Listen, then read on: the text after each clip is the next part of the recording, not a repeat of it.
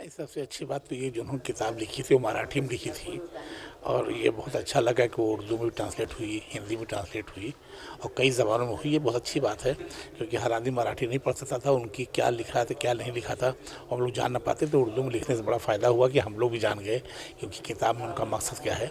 अच्छे मकसद उन्होंने छापी, अपनी लाइफ की पूरी बातें उसमें उन्होंने लिखी हैं और इससे लगता है कि उनको लखनऊ में आने के बाद जब राजभवन में आए तो उनको लखनऊ जो तहज़ीब थी गंगा जमुनी वो समझ में आई और उन्होंने उर्दू में कराया। तो अच्छी बात है, इसका बड़ा अच्छा मैसेज आएगा। और आज जो ये प्रोग्राम यहाँ पर हो रहा है उर्दू के हवाले से, यकीनन वो एक बहुत मैसेज अच्छा जाएगा क्योंकि जो हालात मुल्क के हैं वो अच्छे नहीं हैं।